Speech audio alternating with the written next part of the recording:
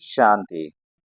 आज 4/9/2024 की मुरली के कुछ मुख्य पॉइंट है। सुनते हैं। बाबा ने कहा, मीठे बच्चे, तुम बेहद के बाप पास आए हो विकारी से निर्विकारी बनने। इसलिए तुम्हारे में कोई भी भूत नहीं होना चाहिए। मीठे बच्चे, तुम बेहद के बाप के पास आए हो विकारी से निर्विकारी बनने। इसलिए तुम्हारे में कोई भी भूत नहीं होना चाहिए। आज का मुरली का प्रश्न है, बाबा ने कहा, बाप अभी तुम्हें ऐसी कौन सी पढ़ाई पढ़ाते हैं जो सारे कल्प में नहीं पढ़ाई जाती। बाप अभी तुम्हें ऐसी कौन सी पढ़ाई पढ़ाते जो सारे कल्प में नहीं पढ़ाई जाती है। इसका उत्तर है, बाबा ने कहा, नई राजधानी स्थापन करने की पढ़ाई। कौन सी पढ़ाई? नई राजधानी स्थापन करने की पढ़ाई। मनुष्य को राजाई पद देने की पढ़ाई इस समय सुप्रीम बाप ही पढ़ाते हैं। यह नई पढ़ाई सारे कल्प में नहीं पढ़ाई जाती। इसी पढ़ाई से सतयुगी राजधानी स्थापन हो रही है। तो बाबा ने उत्तर में कहा, नई राजधानी स्थापन करने की पढ़ाई और मनुष्य को राजाई पद देने की पढ़ाई इस समय सुप्रीम बाप ही पढ़ाते हैं। अच्छा, मीठे मीठे सिकी लधे बच्चों प्रति माता पिता बाप दादा का याद प्यार, गुड मॉर्निंग और नमस्ते। हम रूहानी बच्चों की रूहानी बाप दादा को याद प्यार, गुड मॉर्निंग और नमस्ते।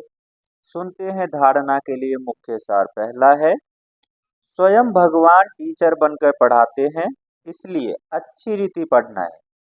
अच्छी रीति इसलिए पढ़ना है कि स्वयं भगवान टीचर बनकर पढ़ाते हैं, इसलिए अच्छी रीति से पढ़ना है। स्कॉलरशिप लेने के लिए पवित्र बनकर दूसरों को पवित्र बनाने की सेवा करनी है।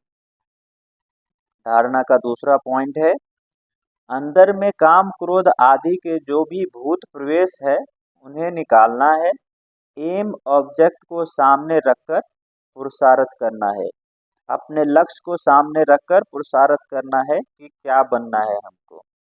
अच्छा, आज का मुरली का वरदान है, बाबा ने कहा, माया की छाया से निकल याद की छत्र छाया में रहने वाले बेफिक्र बादशाह भव। माया की छाया से निकल याद की छत्र छाया में रहने वाले बेफिक्र बादशाह भव।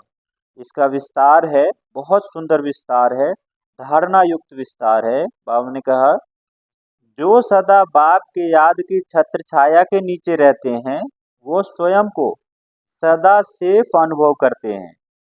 माया की छाया से बचने का साधन है बाप की छत्र छाया। माया की छाया से बचने का साधन है बाप की छत्र छाया। छत्र छाया में रहने वाले सदा बेफिक्र बादशाह होंगे। जो बाप की छत्र छाया के नीचे रहते हैं वो सदा बेफिक्र रहते हैं।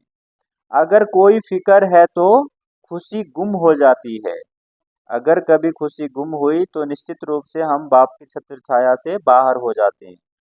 खुशी गुम हुई, कमजोर हुए तो माया की छाया का प्रभाव पड़ जाता है, क्योंकि कमजोरी ही माया को आवाहन करती है।